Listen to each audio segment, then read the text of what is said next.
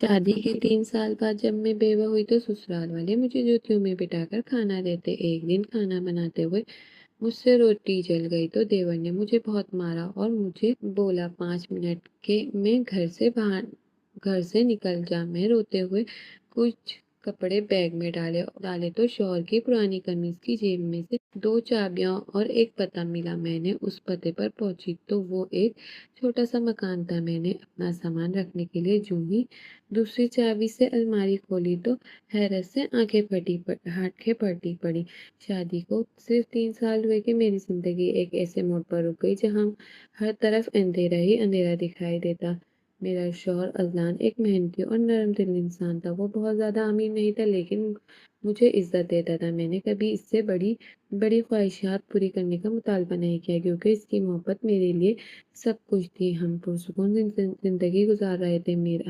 ہمارا ایک پیارا سا 2 سال کا بیٹا تھا جس کا نام سمیر تھا۔ سسرال والوں کا رویہ میرے ساتھ اچھا نہیں تھا مگر میرے شوہر کی محبت میں سب کے رویے بغیر ماتھے پر شکن لگائے برداشت کرتی رہی۔ پھر ایک دن اذلان کی طبیعت اچانک خراب ہوئی۔ مختلف ڈاکٹر کے پاس گئے، ڈاکٹر وغیرہ ٹیسٹ وغیرہ ہوئے تو پتہ چلا کہ اذلان کو کینسر ہے۔ وہ آخری اسٹیج میں۔ یہ سن کر میرے پاؤں تلے زمین نکل گئی۔ مجھے ارد گرد کا کچھ ہوش نہیں رہا۔ میں بے سدھ گر پڑی اور اذلان کی بیماری کا سن کر دن رات روتی رہتی۔ گھر میں سوگ کا عالم تھا۔ میں نے سب سے کہا کہ اذلان کا علاج کروائیں، کیا پتہ وہ ٹھیک ہو جائے، مگر میرے دیور نے کہا، ڈاکٹر نے جواب دے دیا، علاج کا کوئی فائدہ نہیں، بھابھی چند ماہ کا مہمان ہے، بہتر ہے اسپتالوں میں رولنے کے بجائے یہ وقت اپنی بیوی بچوں اور سب گھر والوں کے ساتھ گزارے۔ میں نے اذلان کی طرف دیکھا، ان کا چہرہ بوجھ بن گیا۔ یقیناً انہیں دیور کی بات سے دکھ ہوا تھا مگر مجھے حوصلہ دیتے رہے اور ہر وقت پریشانی میں رہتے۔ میری دیورانی مجھ پر چیختی تھی کہ